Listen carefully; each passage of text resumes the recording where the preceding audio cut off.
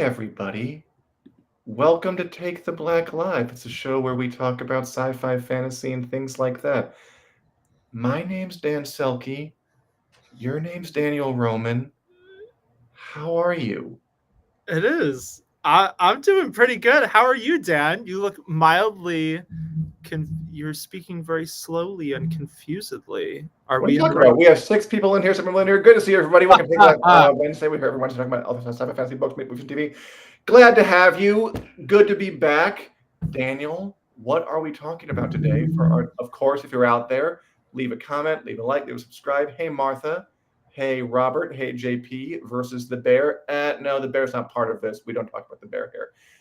We are here to talk about, as usual, all things sci-fi, fantasy movies, TV movies with y'all. And you came on a good week because we are having a Battle Royale Smackdown. Daniel, who Are is we? fighting in this Okay. particular Smackdown? All right. Well, we are having a Smackdown. I got caught up in the Tom Bombadillo of the day, and I forgot about the Smackdown.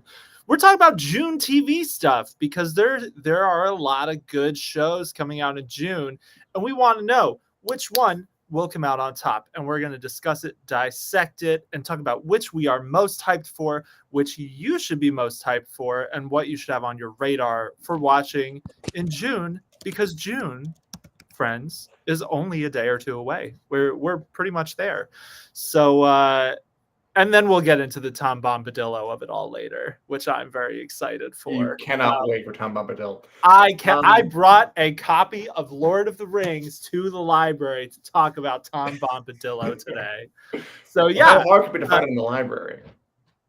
That's, I should have thought of that. Why am I bringing a book to the library where they have books?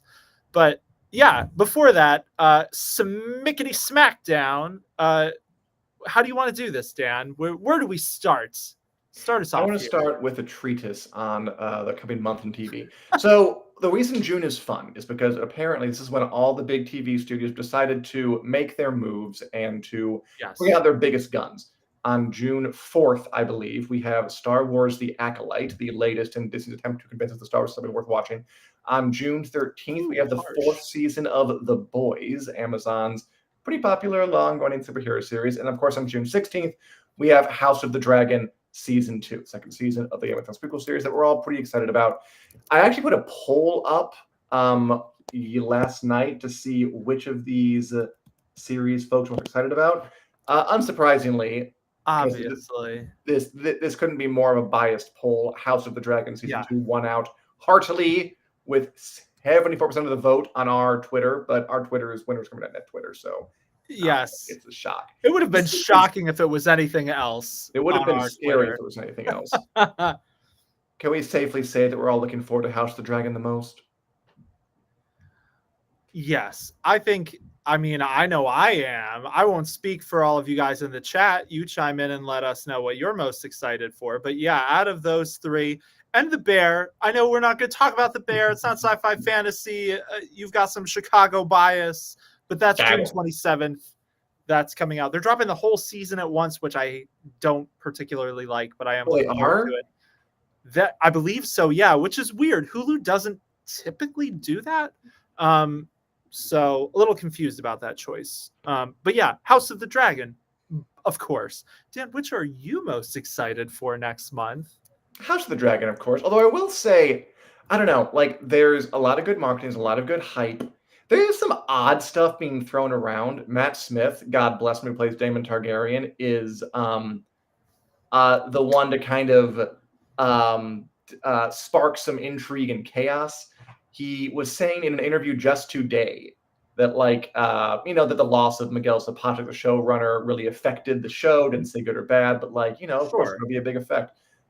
He was saying that Daemon is a lot softer and weaker in season 2, which is a curious way to describe a character who you'd think would be as happy as a kid in a candy store now that war has broken out in Westeros and he can kill everything in sight. So interesting things. We got Ryan Condal, the showrunner, talking about how the pace will be more methodical now, will be, less breakneck through time and more like a fuse. You light this episode and to watch it burn the rest of the season with periodic charges. Nice metaphor. Yeah. He's a writer. He has a way with these things. I'm Yes. You know what got me more excited than I think a lot of the trailers? Because I What's trailers that? trust, because you watch them and they've strung together all the best parts of whatever. And it always looks fun, and there are scenes that look good.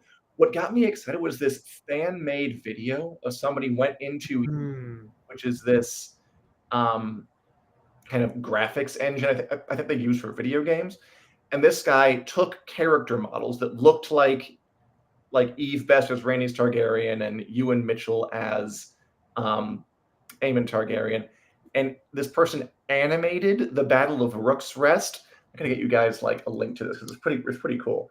And just seeing Yeah. a whole unbroken scene, not in a trailer form, but like folk charging, they even animated like the field of battle that kind of looked like the set, like them Cool. charging, the dragons coming in, angles, fighting in the sky. Wasn't it good? It looked okay. I'm gonna link this while you give your reaction to this because everybody should see this. That Yeah. Well, excited because that made me think, ooh, like a full, maybe possibly scene. Now I'm there, but I've been a little bit nervous, but I don't think I need to be. well, I think, so I will be honest, I have not seen the Rook's Rest video. I still need to watch it. So all of you guys in chat, when you watch it, let us know your thoughts on this. Um, I'm a little nervous because they're doing some very large, action scenes this season, and Matt Smith's comments about losing Miguel Sapochnik.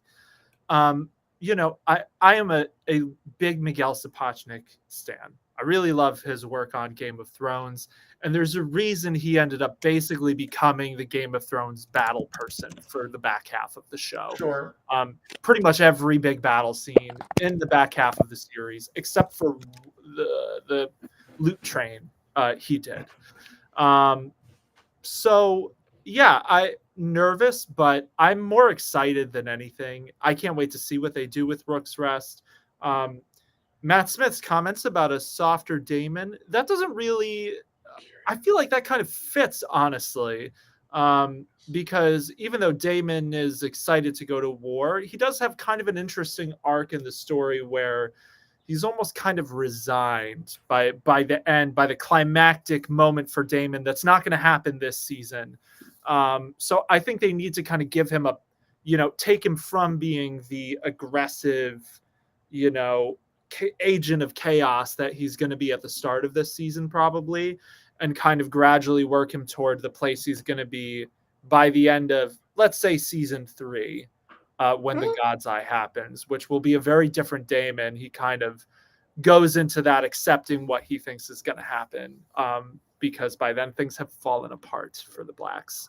So yeah, I'm generally very excited. I am curious. I am a little nervous.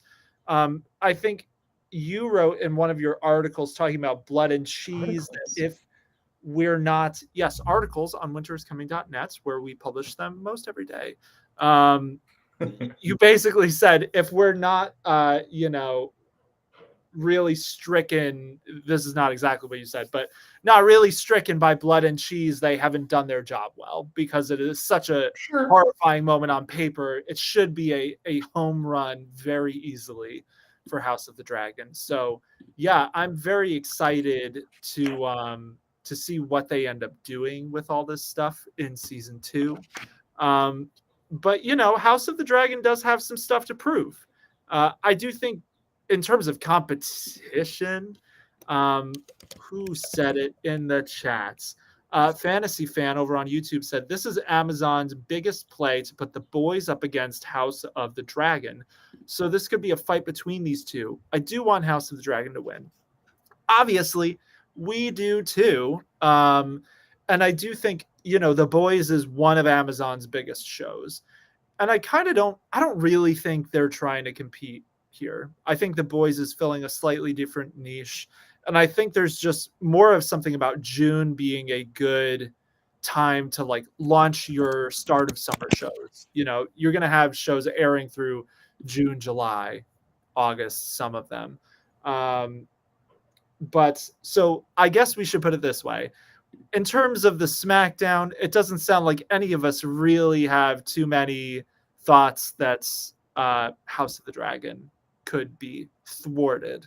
I think it's pretty safe to say it's going to end up becoming one of, the juggernaut show of the beginning of the summer. So I guess my question for all of you guys and you, Dan, is the boys, the Acolyte, the bear, we'll throw it in there. How do we feel that will go down? Are you more excited for one of those than the others? Beside House of the Dragon, what else are you going to be watching next month? I know that the person said, thank God, that the boys and House of the Dragon is the kind of the match to watch. I think they are in pretty different kind of lanes. It doesn't seem like there's going to be a ton, because House of the Dragon has this big, epic, mondo expensive arc, and the boys is a bit more traditional TV. I'm looking forward to it, though. I guess the question is, who's going to come in second? Is it the boys or the Acolyte? And by the way, somebody asked if we know the run times for the Acolyte, and we kind of do. It was between 30 and, I already know, don't worry. Between 30 and 40 minutes, which is like kind of on the shorter side really for a short. big. That's pretty standard for Disney, though, isn't it? Like, they usually do shorter things, like all of their series. Well, it depends. Whether it's Marvel or Star Wars, they don't really do big chunky stuff. I kind of disagree with that. It depends on the show, right? So like The Mandalorian had kind of shorter episodes in its first season. Some of its later seasons had longer ones. Ahsoka had wildly varied times, but like some of them were upwards of an hour.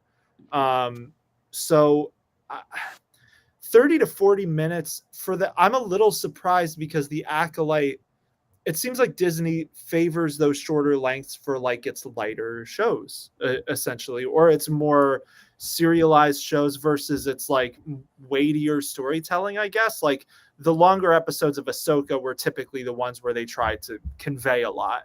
And the shorter ones were like, here's a long action sequence that happens to be an episode. So I'm a little surprised to see those sorts of runtimes across the board for the Acolytes. But I'm not. Yeah. Okay. Fair. I mean, is they've never had like Disney shows like over like an hour, like House of the Dragon stuff. I can't remember that ever happening, whether it's Marvel or Star Wars or anything. Oh, sure. Well, Have they? Falcon and totally. Or closer to an hour. The Ahsoka premiere was over an hour, if I remember right. So that was, it was like the first 2 episodes were on the longer side. The third one was really short because it's all a spaceship chase. And then they started kind of varying after that. Falcon and the Winter Soldier, WandaVision, those all had longer runtimes. Hey there, Andrew, in the chats. JP, we haven't talked about Nettles Reina today. We did talk about it, I think, last week. We obviously have opinions about that. I don't know how much we're going to get into it today. But yeah, Disney really, really varies with the runtimes, I think. I think they're more prone to go short than some of the other streamers. Like HBO just doesn't really do that because they're also airing linearly. They have hour-long slots. It wouldn't make sense for them to make like half-an-hour episodes of House of the Dragon. That'd be crazy. Yeah. They only really do that if it is a half-hour show because that's what fits into their schedule. So think things like Silicon Valley, if I remember right, with shorter runtimes. Oh yeah, there's sitcom. Yeah, so I'm surprised, but not too surprised because, like you said, we've seen this move from Disney before. Star Wars to me, it's an uphill battle at this point. And it pains me to say this because I love Star Wars. I grew up on it. Mm-hmm. But they really need to do a lot of heavy lifting to make me care because they've just oversaturated it so much. And yeah, Leo says Mad Men was even 45 minutes. Part of that's, if I remember right, Mad Men was on linear cable, so it had. That's back in the day, yeah. When so you didn't have to have this discussion. Yeah, exactly. Okay, Daniel, before I say this, I don't want to make this an episode about who's right and who's wrong regarding small facts about runtime. But do it anyway. But I'm going to, because I'm right and you're wrong. It's important that you know that. Because I know I'm right. Like WandaVision's longest episode was 41 minutes. The shortest was 21. Really? Those were like trying to imitate. Because remember, 21 minutes. Because really, it was supposed to be a sitcom. It was supposed to be like sitcom length episode. Okay. That was the whole gimmick. Like Falcon and the Winter Soldier, nothing longer than 50 minutes, including credits. And those credits on the Disney shows last a long time. Remember this. They like have 10 minutes for credits. It's wild. I don't know why they do it. For, let's see, Ahsoka, nothing over an hour. The longest was 57, including credits. Shortest was 37. So they are definitely shorter on average. I'm not crazy. Neither are you crazy. Nobody here is crazy, but I am correct. There's no crazy. Yes. Yeah. That's very similar to Andor too, which Google, mildly trustworthy Google, because it's mildly trustworthy at the moment, says 38 minutes to 57 minutes was the span for Andor. So it seems like that's kind of their sweet spot. Totally. Between slightly longer than a half an hour, slightly shorter than an hour. So but aside from this silly quibbling, which doesn't really matter, I agree with you. I even had to get persuaded to get on board Andor, even though people were talking raves about it. Because at that point, I was a little, I don't know, burnt out on Star Wars stuff. And I just, to me at this point, Star Wars is not excited until proven otherwise. And I'll see what. So to me, it's pretty clearly House of the Dragon, which I'm nervous about, but very excited for, and I think it could have the potential to tear out my lower intestine with how good it is. The Boys, which I think has always been rock solid. I've never not enjoyed The Boys. Never bad. Yeah. Totally. And I mean, I like how kind of subversive and les enfants terribles it is. Just kind of like it likes to push buttons. Sorry? It does. Did you watch Gen V? No. But I heard it was good. It was great. And that's another instance of me being like, oh, more Boys, will it be okay? And it was just rock solid all the way through. So I think you're right. I think The Boys is never bad. They kind of, it's amazing because they are expanding it as a franchise, but they haven't poisoned the well the same way that like Disney, not yet. Disney has really kind of poisoned the well with their two big franchises, Marvel and Star Wars. It's interesting though, because Marvel seems to be kind of fixing things just a little bit. Thinking about Deadpool and Wolverine is probably the most hype there has been for a Marvel movie in a while. So I'd love to see that kind of course correction for Star Wars, but Star Wars has been such a mess that I don't think we're close to it yet. So I'm nervous for the Acolyte, even though I'm intrigued by it. It's in a solid third place out of 3. And then the Bear is there too. We won't talk about the Bear that much, but not really. The Bear will be better than most of these shows. The Bear is really good. I really like the Bear. So I'm sure it will be better than at least the Acolyte. And Leo points out there are other shows airing that are good too. Well, I guess we'll get to those later. So I guess we have our solid 3. The month is House of the Dragons to lose. Long may it rain. I hope it does well. Daniel, this week we also wanted to talk about. There are movies too.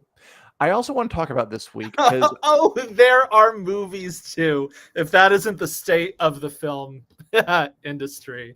Movies don't matter. We all know this. Furiosa bombed. If that bombs, what hope is there for anybody? Man, I've got. Sorry. Okay. Before we get into that, I had to go over the latest talk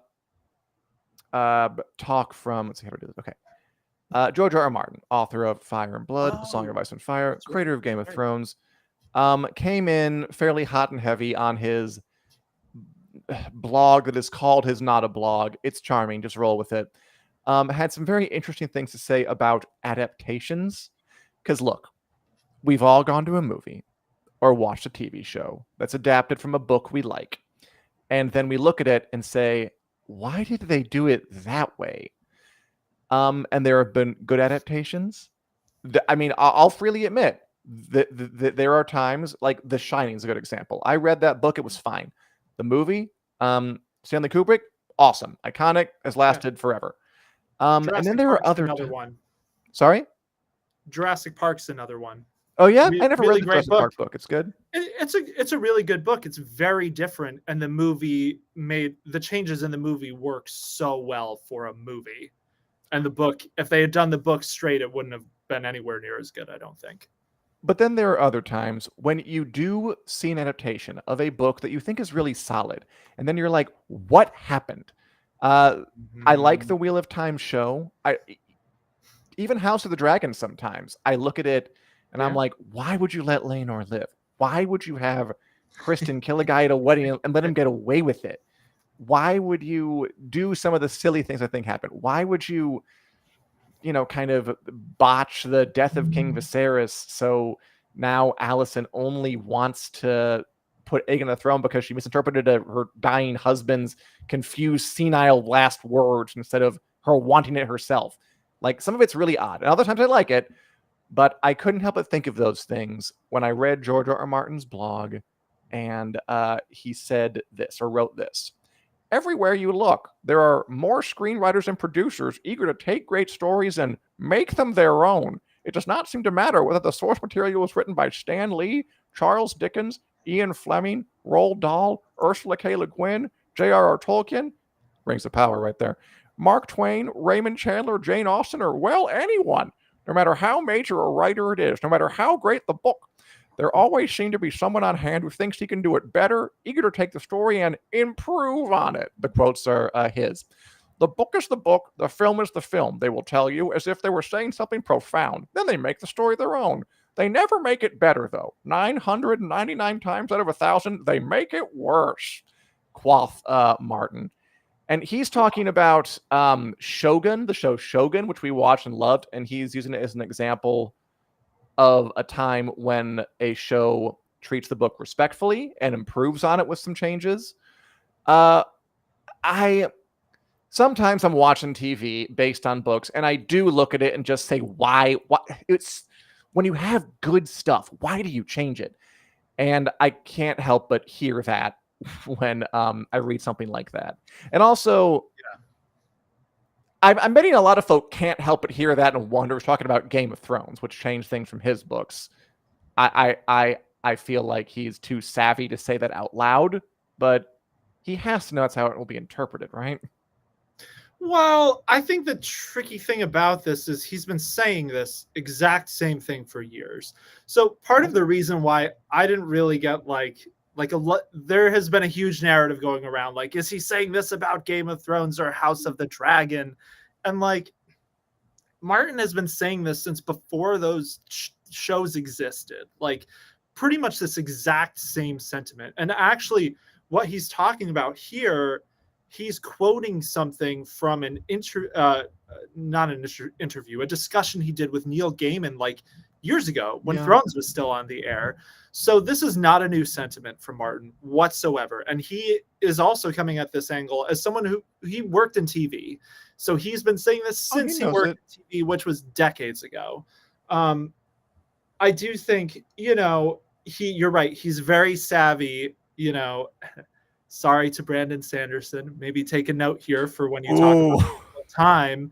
Well, because Martin has been saying things like, I can only grumble about butterflies and the ripple effect since like season 5 of Game of Thrones. And that's like the most he ever said about why he didn't like some things about it, was just, I can grumble, those ripples get larger the farther into the story we get, things like that. And meanwhile, Sanderson's out here saying like, I'm sorry the Wheel of Time is so bad. Literally apologizing for it. Oh, it's so delicious. Yeah, that's a word. That's a word for it. Yes, it's definitely juicy. So I think Martin, he's just kind of generally philosophizing here. I don't think he's talking about, especially House of the Dragon, because one, House of the Dragon is not the kind of book where it matters to the same degree whether they change things because of the ambiguous nature of the history in the book. Like, it is. Well, I think it's purposely ambiguous, Laenor aside. I think Laenor is one of the few examples. Well, Sorry, I'm interrupting. It is more than just Laenor, but that's very different than, say, what happened with Dorne and Game of Thrones, where they took clearly established events and did something totally different, making it their own, versus House of the Dragon, where it's kind of meant to be ambiguous in the first place, and they're really needing to color in the lines, and sometimes they make choices we don't agree with. So I think his point about there being screenwriters and producers everywhere trying to make things their own, I think it's a little more endemic of the times we're living in, where we are kind of seeing like an adaptation craze in Hollywood, where like most things are based off pre-existing properties. There's a lot less of a drive to be creating original things or really faithful adaptations, unless it's like we can just milk the hell out of this for more money, like Harry Potter. We're going to make a faithful Harry Potter after the mostly faithful movies of Harry Potter. Like, give me a break. That no one is asking for, more Harry Potter to get more time in whatever that town is they go to in the third book or whatever. Hogsmeade. Hogsmeade. Thank you. I knew it had a fun name and I couldn't remember it.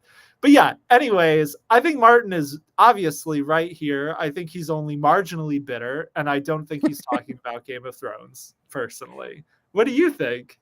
I agree with you mostly. I do want it noted that again, I'm quibbling with semantics. Quibble. I do want it noted that my objections to the changes in House of the Dragon, none of the changes I object to are in areas that are ambiguous in the book. Literally all of the changes I don't like are them changing things that were unambiguous. It's not a matter of them choosing the thing. Like, Kristen just didn't kill a man at a wedding. Like, none of the sources say that. Yeah, that's fair. So that's the kind of thing I don't like.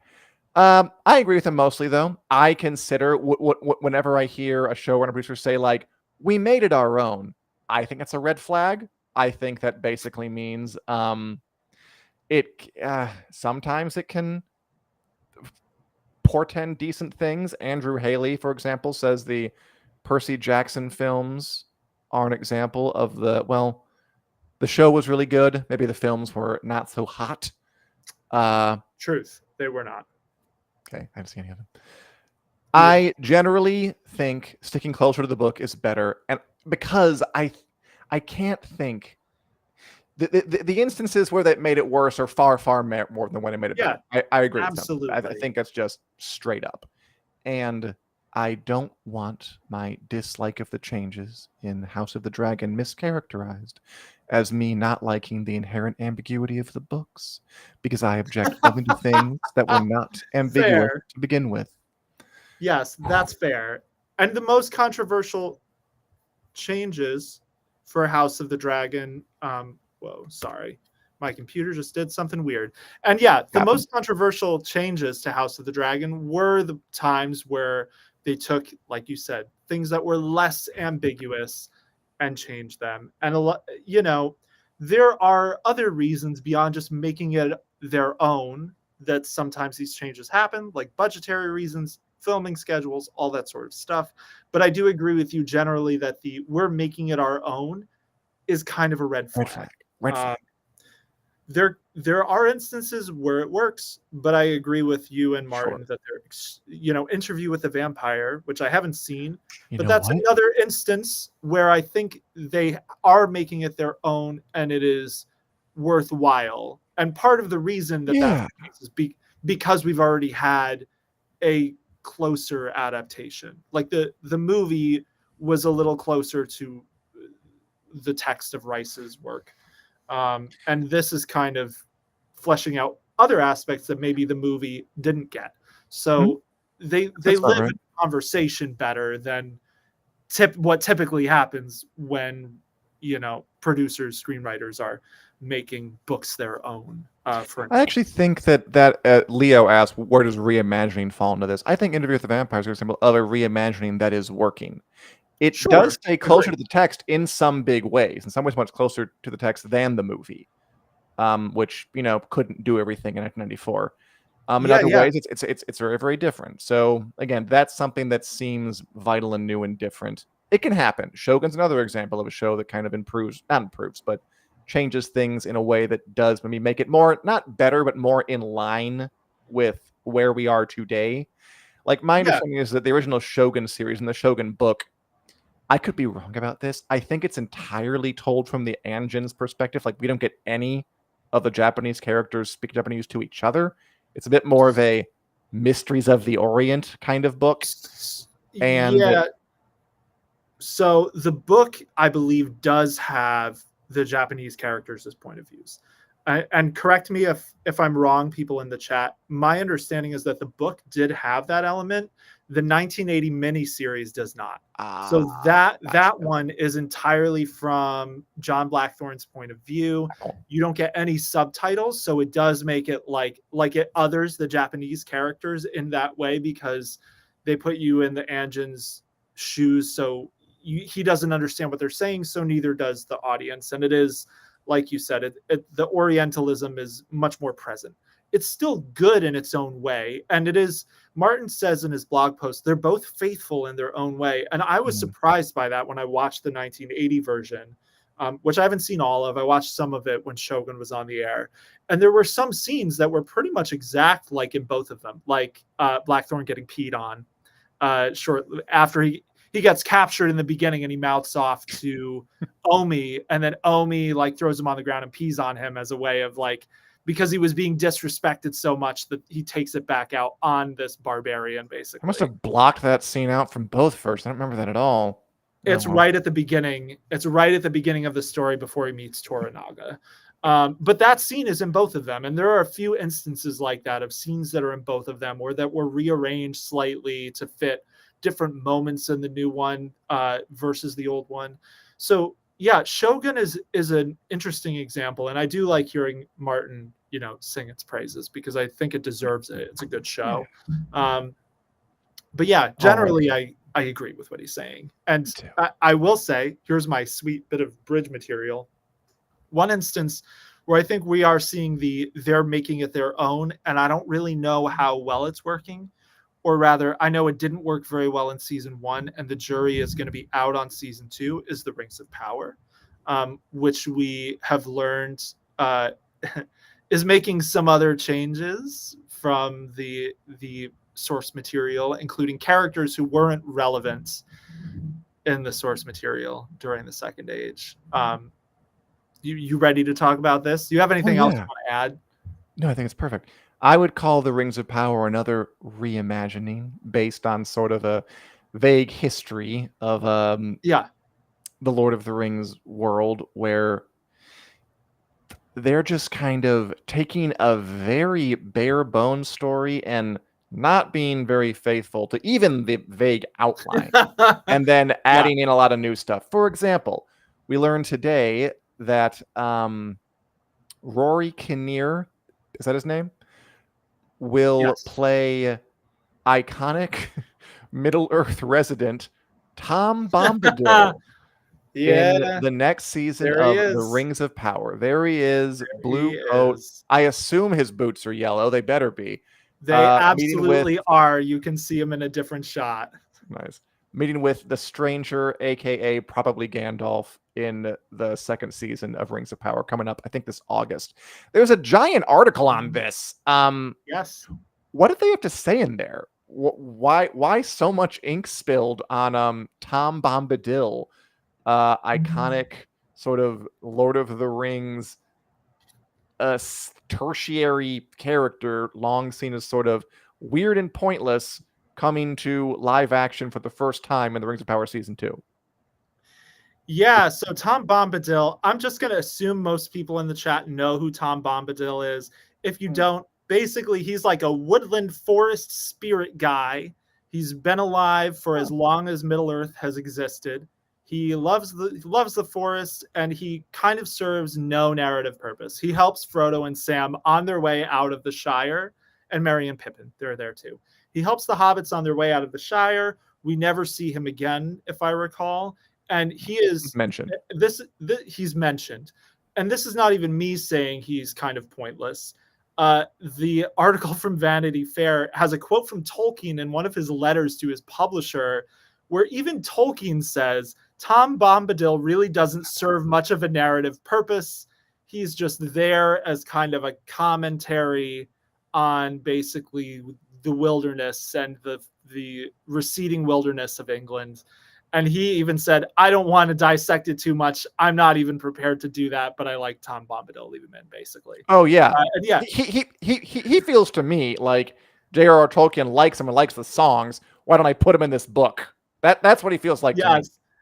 Yes, and Fantasy Fan says he sings a lot. And yes, that is true. Like, old Tom Bombadil is a merry fellow. Bright his jacket is, and his boots are yellow. So the chapters with Tom Bombadil littered with songs and verses. They basically... So there are a few elements to this whole Tom Bombadil thing. First is that he is living in a different spot in the Rings of Power. So the Rings of Power... Like, Tom Bombadil's not really relevant in the Second Age of Tolkien. Or the Third Age. Or the Third Age. But he would have been alive then because he's real old and basically immortal. So it is not unreasonable to see him in Rings of Power. But, like, they're giving him a second home out near Rune, which is the far eastern land that the Stranger and Nori were setting off to at the end of season 1. They basically did like a whole like expose reveal, like Tom Bombadil's here and we're going to spill all the deets. He has a star map. He's been looking out for things like the coming of the Stranger, who, don't forget, is a meteor man that fell from the sky. Remember. There's the Rings of Power. This is another show where it has things to prove, and I'm going to be skeptical of its choices until it proves that they're good choices. And including Tom Bombadil, I like in some ways because we've never gotten Tom Bombadil in an adaptation before, because he is typically the first thing that gets cut. Peter Jackson talked about how he wanted to include an Easter egg, couldn't really make it work. The animated movie didn't include Tom Bombadil. The showrunners of the Rings of Power said he's usually the first thing that gets cut, for good reason, because he's kind of pointless. But we're a TV show and we wanted to include him. And yeah, I'm a little torn because it reminds me of that part in the first season where they sing a song. I think it's the Hobbits singing it, and it kind of makes use of a poem that's in The Lord of the Rings. And they treat it as like a folk song of the Harfoots. And it just felt like really shameless fan service. And I'm nervous that that's what this Tom Bombadil thing is. Like, but at least the cute little song the Hobbits sing was fan service that could just play as a song if you didn't know you were being winked at. Like, this feels a lot more blatant. Fantasy Fan, yes, it will definitely be the old wizard who's Gandalf, who will run into him. That's in the picture. We know this. Yeah, we know this for a fact. We know this. I don't see any way this ends up pleasing anybody. I'm already afraid that, because look, the nature of Tom Bombadil in the Fellowship of the Ring is that he is, by the author's own admission, a completely useless appendage, like something that does not need to happen, just happened because he wanted it to. Sure. It's quirky and fun. But because they have a whole article on him, he's gonna give some like advice. He's not gonna be a useless appendage here, because why would you build in a useless appendage, a useless part of the story into your very expensive TV show? He's going to matter in some way, which already I don't like. Because if there's one thing Tom Bombadil doesn't do, it's matter to the plot, to anybody. So already that's bad. That picture too makes me afraid he's gonna be like, this is gonna be grimdark Tom Bombadil, or he's gonna be a lot of chiaroscuro shading. Oh God, I hope. And not. Just giving like gritty, gnarly voice, like, there's a dark power rising in the east. You must go and face it. No, it's gonna be a disaster. And it's Tom Bombadil, but he's got a checkered past and skeletons in his closet. I'm tired of running. That's going to be Tom Bombadil. Yeah, I mean, that's kind of hilarious, because it's like, it almost makes it sound like a lose-lose, because you either work in this very pointless character or you make him have a point, which is almost against the spirit of the character because he's so pointless. Which in its own way is an interesting kind of commentary, because he is supposed to represent like receding wilderness. So there are some elements there of, is that becoming irrelevant, things like that. That I find interesting. I'm going to reserve judgment here. I think it was a bold stroke for them to include Tom Bombadil. I really hope this doesn't mean that he's Morgoth in disguise. Remember that crazy rumor that he was going to be Morgoth, reliving a different life as Tom Bombadil? I don't think that's the case here. I think they would have dropped. It's funny, you said a grimdark version, and like that would be the skeletons in Tom Bombadil's closet, I guess. So I was a Morgoth once. So hopefully that was just a bogus rumor. But Tom Bombadil's in the show, so that was not a bogus part of the rumor. Here he is. Yeah. Morgoth. Haven't heard that name in a long time. Yeah, they talked about nudging, like how Tom Bombadil nudges characters in the right direction. And that's really all he can do. And I think jury's out. I think if they try to make him more than that, it will be a dangerous proposition. But, kudos to them for really swinging weird and for the fences, because, I'm intrigued. Tom Bombadil's got his haters. They're going to get hate no matter what for just including this character, because there's a fair amount of people who've read these books and just loathe Tom Bombadil on premise. Yeah, that's true. I'm not quite one of those. Like, I could take or leave Tom Bombadil. Yeah, I'm intrigued. Opposite of kudos to them for doing something that seems destined to be like just really shameless fan service at best, and a real mangled understanding of what this world means at worst. But maybe not. We'll see. Moving on, Daniel. What are you watching or reading lately? By which I mean, did you see Furiosa, and what did you think? Yes. The main thing I'm watching at the moment is indeed Mad Max. So much Mad Max. Such Mad Max. I watched all 4 of the old ones on Sunday in one wild binge, and then went and saw Furiosa on Monday. I really enjoyed it. I thought Furiosa was great. You've seen it too, obviously. You saw it early. I did. You were a little less than impressed, right? No, I liked it. Of course I liked it. Like, George Miller is a great director, a great action director. It had lots of atmosphere. I always like the way he's kind of treats these like silent movies almost, which like just everything is shown with the eyes and the landscape and the color palette and the grimness and the cars that are also medieval torture devices.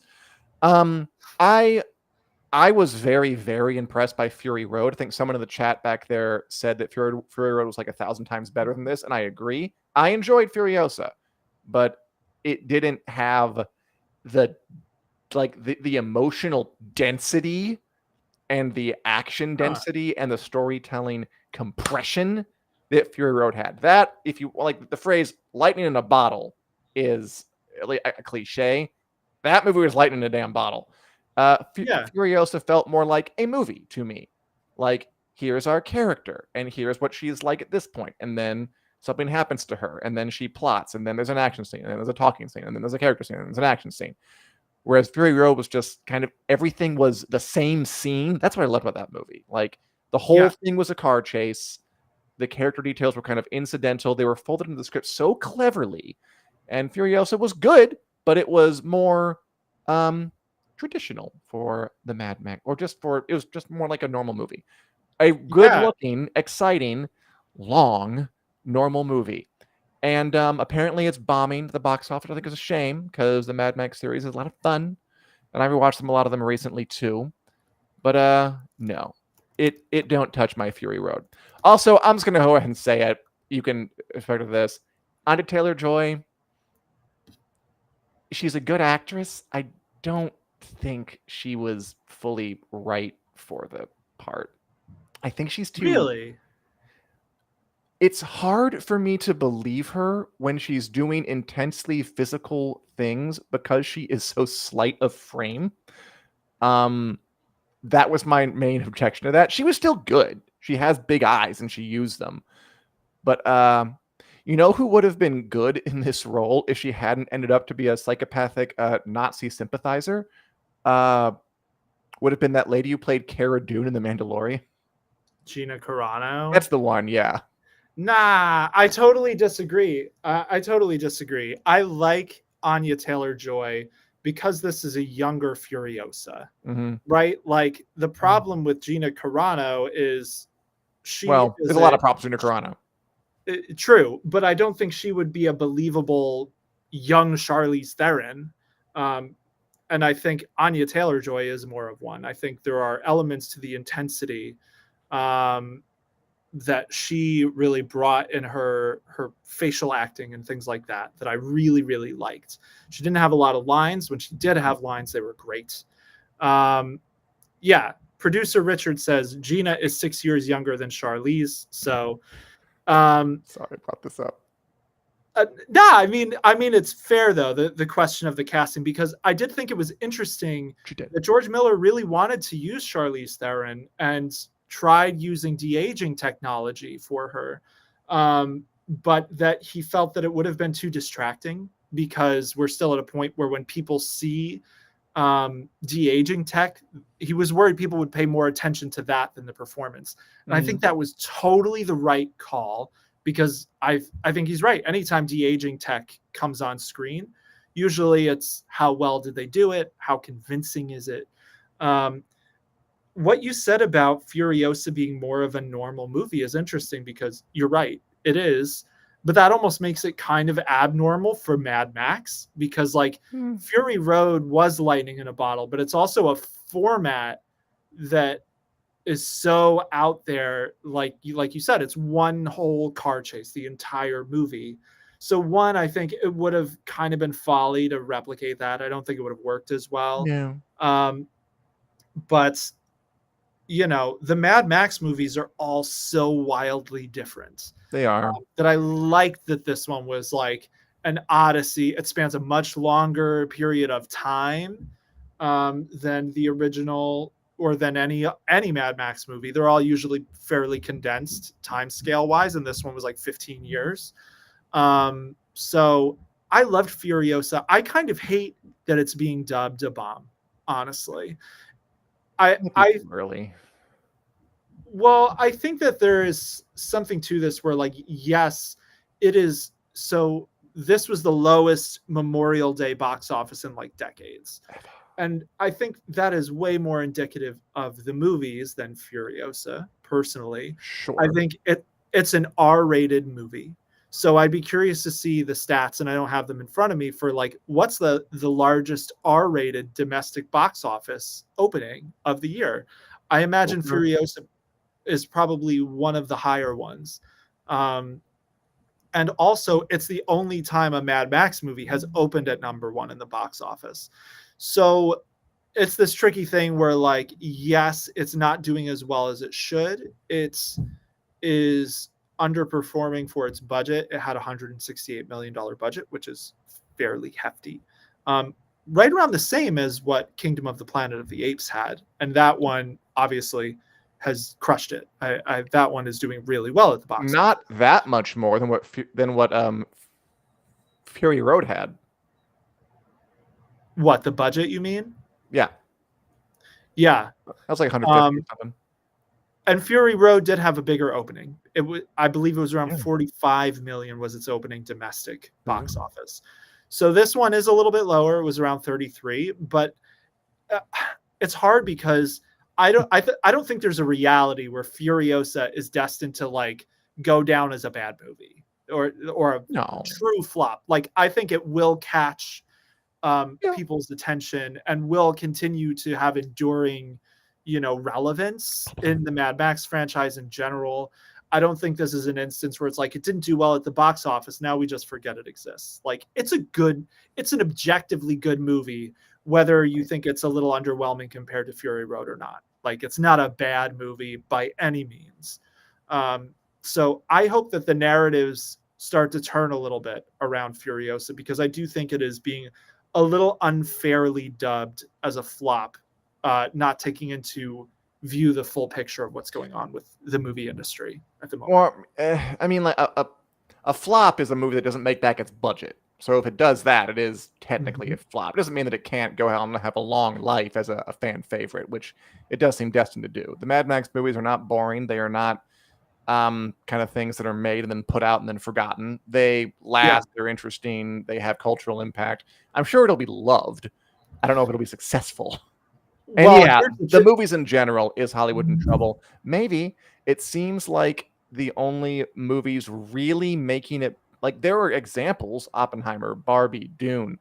They seem to be special events that are kind of alarming in the fact that they do feel special, because then what is there out there for a normal movie to I kind of disagree with standard going out? I kind of disagree with that, because like Anyone But You was a rom-com and that pulled in like 100 million at the box office this year, which was no, I think it's on Netflix now, but it was in theaters. It had a longer theatrical run than a lot of movies, and it ended up catching, and it has made its budget back a few times over now at this point. Oh, many times. So I think that there's more at play here in terms of like what bothers me about dubbing Furiosa a flop is that it's been out for like 4 days. So it's not even like dub it a flop, but like give it a week and a half or 2 weeks before we're really driving that narrative home, because I think it almost becomes a self-fulfilling prophecy where it's like, yes, this movie has flopped. People are less likely to see it because all of the trades are saying it's a flop. Meanwhile, I don't think Hollywood is really setting these movies up for success in terms of long-term ways to make back their budget, like in terms of physical releases, in terms of longer theatrical runs. I think they've trained audiences to expect it'll be on streaming in 3 weeks. So why bother going to the movies unless you really, really, really want to see it in the movies? So there's a lot of stuff like that that I think is really doing a disservice to, I would say, most things that aren't big events, like you said, like those special event movies like Dune, or alternatively, ones that have really savvy production houses fighting to keep them in theaters longer.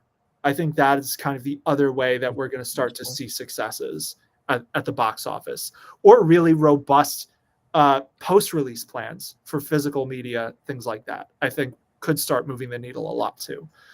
And I'm sorry. You're right. Anyone But You was in theaters. I was thinking of The Idea of You, which is another romantic comedy on Amazon. And whereas Anyone But You is based on a Shakespeare play, The Idea of You is based on a novel based on a fanfic about dating Harry Styles. Okay. Gotcha. Should we move into really quickly, because we went long, thank everybody for watching, into the lightning round portion of the hour, where we go over stories we don't have time to get to in the main body of the show and give our 20-second opinions, more or less.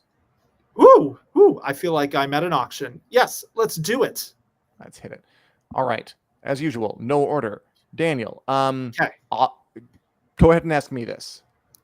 Okay, so Jeffrey Wright will reprise his role as Isaac in The Last of Us Season 2. Isn't that fun?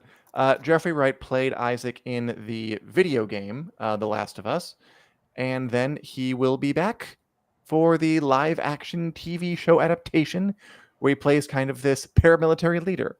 Good for him. And I agree with Fantasy Fan. Deadpool and Wolverine going to be a huge hit. No way it's not happening. The movies may yet continue. Yeah. All right, Daniel. The Walking Dead, Dead City, is going to return in 2025. Is that accurate? No, you're excited. Yes, that is accurate. It is coming back next year in 2025 for season 2. We know this because the first behind the scenes video has come out with Lauren Cohen and Jeffrey Dean Morgan on sets. I'm tentatively excited. I think the Walking Dead spinoffs have been generally better than I expected. So hell yeah, bring more.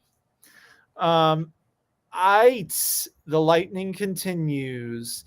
Dan, George Lucas thinks critics hated the Star Wars prequels because they were kids' movies. Says a lot of ideas, quote, got lost in the Disney sequels. Lucas is kind of like George R.R. Martin in that you can sometimes you think he wants to criticize what people have been doing with his property, but he doesn't. But he goes further.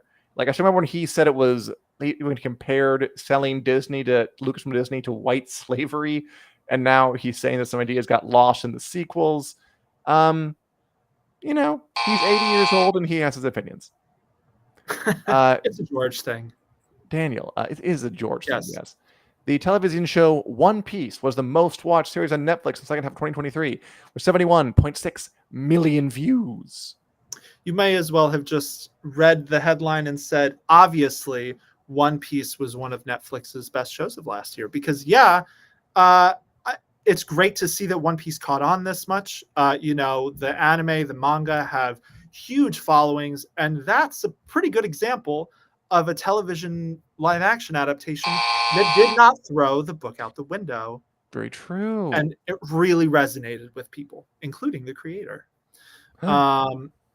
The prequels were cool, damn it. I love them. Okay. Next. Chris. Oh God, I hate this. Sorry, I hadn't seen this news. That was a genuine visceral reaction to seeing it on our podcast outline. Dexter, man, broke my heart. So Christian Slater is Dexter's dad in Dexter Original Sin, which is a Dexter prequel. And Patrick Gibson plays Dexter, and Molly Brown is his sister, Deb. You just want to take this. You know what? You react. Go ahead. Clearly, you care more about this than I do. Well, Dexter was a really good show that totally ruined itself in its final season. Like, if you want to watch a final season of television where it's like obvious that everyone gave up, on screen obvious, Dexter season 8. I don't know why we're reviving Dexter with spinoffs and stuff. Let Dexter stay dead. He was a serial killer. It's what he would want. Okay. I have very, very strong. I loved the first few. I loved most of Dexter, just not season 8. Oh, deep breath. Okay. Now me. This is a fun one for you, Dan. So Andrew Scott will star in Knives Out 3, which is titled "Wake Up, Dead Man: A Knives Out Mystery." Also, Josh O'Connor and Kaylee Spaney are in it. And I think just today, Kerry Washington. From Scandal. And Glenn Close, I think. Glenn Close. So yeah, these are the Knives Out movies are known for having these big stars in them. That's kind of their selling point. So why not? Yeah, get Andrew Scott, get Glenn Close. Oh, come on, cool. I'll watch that. Yeah. Daniel. Nicholas Galitzine, who is an actor who I believe was in The Idea of You with Anne Hathaway, based on the there you go. Harry Styles. Yeah. Okay. I saw a little bit of this. Will be He-Man in the live action Masters of the Universe movie. I'll be honest, I could care less. This is another one of those examples of like, just stop milking the franchises so dry that no one cares. He's a good actor. I'm sure he'll do a decent job. My faith in just like we just got animated He-Man spinoffs. I don't really see the point in doing a live action one so soon. Give us time to miss it first. No. God. Dexter. 2 more. No, we will not give you time to miss things. That is not what media is about. All right. And here on a fun note, Dan, House of the Dragon, its season 2 premiere will reportedly be 1 hour and 4 minutes long. Take that, the Acolyte, with your short run times. Yeah, now that's what you call a long episode. And okay, I'm not crazy. Every Disney show, the Marvel and Star Wars, those credits are like 15 damn minutes. They are so long. They are abnormally long. They are. And for House of the Dragon, credits are normal length and over an hour. So good chunky. That's about in line with what they were in the first season, by the way. So about 8. All right. Thank you. Thank you, Mr. Richard, for watching. What a fun, chaotic, enjoyable show. We are here every Wednesday at 2 p.m. Central Standard Time on the Winners Coming YouTube page and the Winners Coming Facebook page. Join us, chat with us. We love talking with you. We love talking about this. Leave us a like, leave us a comment, give us a subscribe. Give us money on Patreon. We don't have a Patreon. Find a way to give us money anyway. Thanks for watching. We love it. And to Tom Bombadil, what can I say? But Mary Doll, Mary Dillo, Hilla Billa Billo. Goodbye, everybody. Nice. See you next time. Take care, y'all.